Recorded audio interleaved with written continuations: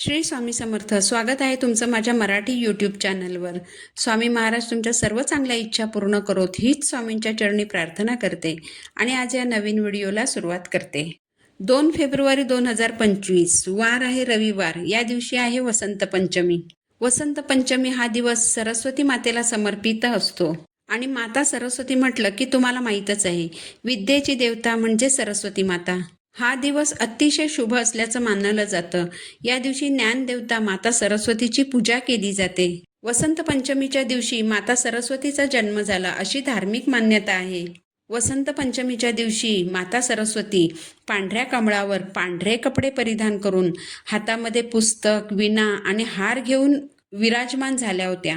म्हणून या दिवशी माता सरस्वतीची पूजा केली जाते. तर बघा, वसंत पंचमीचा हा दिवस अतिशय शुभ आणि अतिशय महत्त्वाचा मानला जातो. तर बघा, स्वतः माता सरस्वती तिच्या हातातील विणा, पुस्तक आणि मोरपीस या ज्या सर्व गोष्टी आहेत ना, या सर्व गोष्टी विद्येचं प्रतीक मानलं जातात. म्हणून वसंत पंचमीच्या दिवशी माता सरस्वतीची पूजा करून तिचा आशीर्वाद प्राप्त करून घ्यायचा आहे. प्रत्येकाला असं वाटतं की त्यांच्याकडे बुद्धीचा खजिना असावा. बुद्धी ही प्रत्येकाला हवीच असते आणि प्रत्येक आईवडिलांनाही असं वाटतं की आपल्या मुलांची प्रगती व्हावी, त्यांच्या बुद्धीमध्ये विकास व्हावा, त्यांनी स्पर्धा परीक्षा पास कराव्यात, मुलांनी आयुष्यात खूप प्रगती करावी. यासाठी प्रत्येक आईने वसंत पंचमीच्या दिवशी सरस्वती मातेची पूजा करायला हवी. माता सरस्वतीला नैवेद्य अर्पण करायला हवा. यासोबतच या दिवशी जर काही उपाय केले तर आपल्या मुलांवर माता सरस्वतीची कृपा होते, मुलांची एकाग्रता वाढते, मुलांचा अभ्यासाकडे कल वाढतो आणि मुलांची भरभरून प्रगती होते. असा हा अत्यंत महत्त्वाचा दिवस आहे. तर वसंत पंचमीच्या दिवशी बघा, आवर्जून पाण्यात गंगाजल टाकून स्नान करा. बघा, जेव्हा आपण पाण्यात गंगाजल टाकून स्नान करतो तेव्हा आपल्यामध्ये जी काही नकारात्मकता असते ती नकारात्मकता कमी होते आणि यानंतर आपण जो काही पूजापाठ करतो त्याचं फळ आपल्याला मोठ्या प्रमाणावर प्राप्त होतं. म्हणजे ज्या देवतेची आपण पूजा करतो तिच्याकडून येणाऱ्या ज्या सात्विक लहरी असतात, तर आपल्यामधील नकारात्मकता कमी झाल्यामुळे त्या सात्विक लहरी आपल्यापर्यंत पोहोचतात.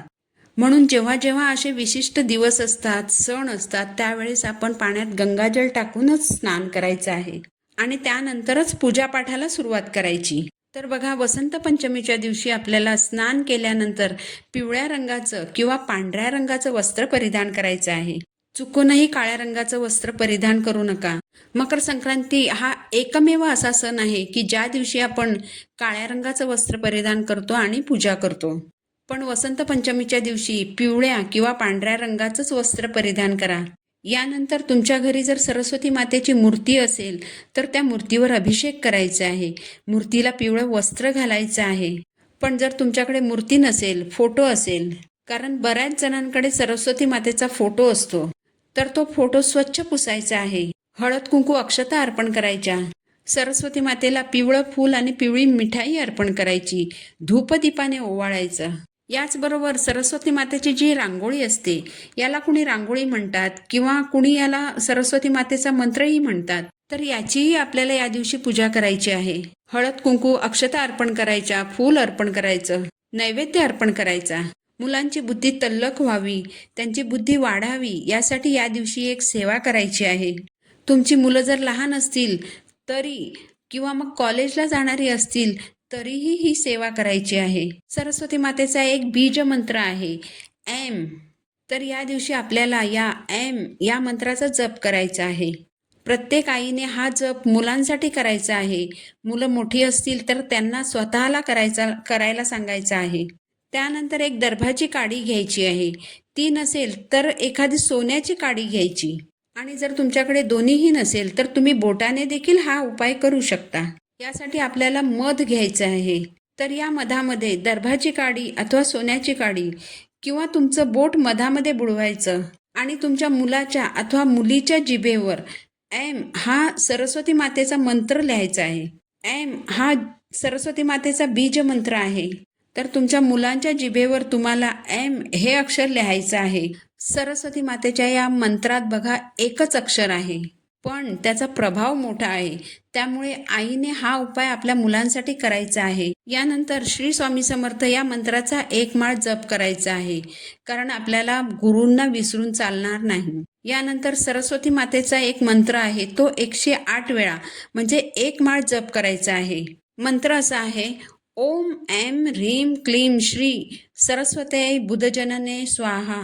ओम ऐं ह्रीं क्लीं श्रीं सरस्वत्यै बुधजनने स्वाहा या मंत्राचा 1 माळ जप करायचा आहे. हा उपाय जर तुम्ही दर महिन्याच्या पंचमीला करू शकलात तर अतिशय उत्तम. कारण या उपायाने मुलांची बुद्धी तल्लख होते, मुलांच्या बुद्धिमत्तेचा विकास होतो. पण दर महिन्याला जरी करायला नाही जमलं तर वसंत पंचमीच्या दिवशी मात्र न चुकता हा उपाय करा. वसंत पंचमीच्या दिवशी हा उपाय करायला चुकायचं नाही. सरस्वती ही ज्ञानाची देवता आहे. तिला प्रसन्न करून घ्यायचं असेल तर वसंत पंचमीच्या दिवशी प्रत्येक आईने हा उपाय करायला हवा. यामुळे सरस्वती माता प्रसन्न होते. ज्या व्यक्तीवर सरस्वती माता प्रसन्न होते त्या व्यक्तीवर लक्ष्मी माता देखील प्रसन्न होते. आणि सरस्वती घरात आली तर पाठोपाठ माता लक्ष्मी देखील घरात येते.